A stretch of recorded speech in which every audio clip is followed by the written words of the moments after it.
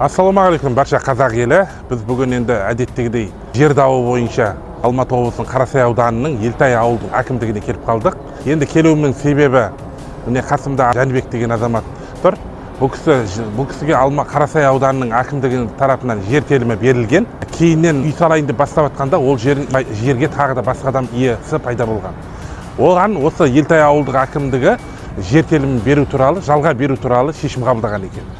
Қазіргі уақытта бұрын Қарасай ауданының әкімдігі жер берілген жерге қандай себеппен жалға беру қаулысымен жер берілген анықтау мақсатында біз қазір Елтай ауылдық әкімдігіне кездесуге келіп отырмыз. Себебі қазір бір жерге екі құжат шығып отыр. Соның салдарынан қазір бұл кісі өзінің жеріне үй салу мүмкіншілігі болмай жатыр.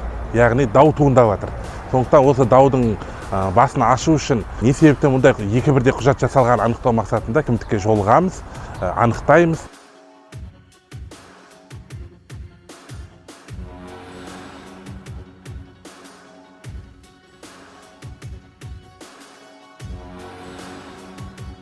Елтайдың ауылдық округ әкіміне кіріп шықтық.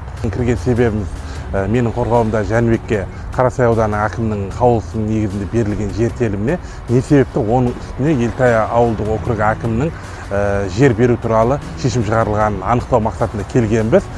Бірақ өкінішке орай әкімдік тарапынан оның қандай негізбен берілгенін түсіндіре алмады бізге. Біздің Қарасай ауданы әкімдігінің қаулысымен берілген жер телімі не себептен жойылып кеткендігін түсіндіре алмады. Ешқандай себебін түсіндіре алмады. Және де тек қана сот арқылы шешетіндігін ғана бізге хабарлады. Енді біз алдағы уақытта сотқа беру арқылы бұл мәселені анықтайтын боламыз.